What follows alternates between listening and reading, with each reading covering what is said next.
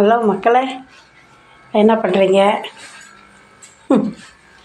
இன்றைக்கி அமாவாசை.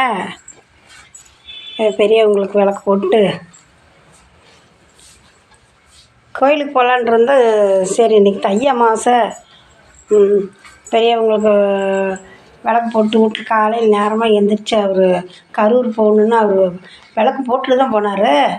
அது எங்கே இப்போ வேர்வையாக இருக்குது, ரொம்ப உடம்பு எரியுதுன்னு பேன் போட்டேன், விளக்கு அணைஞ்சிருச்சு.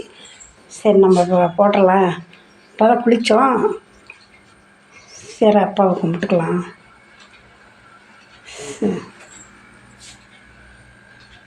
பாய். என்ன சொல்லலாம் பேசலான்னு இருந்தோம், ஆனால் என்ன பேசுகிறதுன்னு தெரியல, மாதிரியாக இருக்குது, படபடப்பாக இருக்குது. பாய்.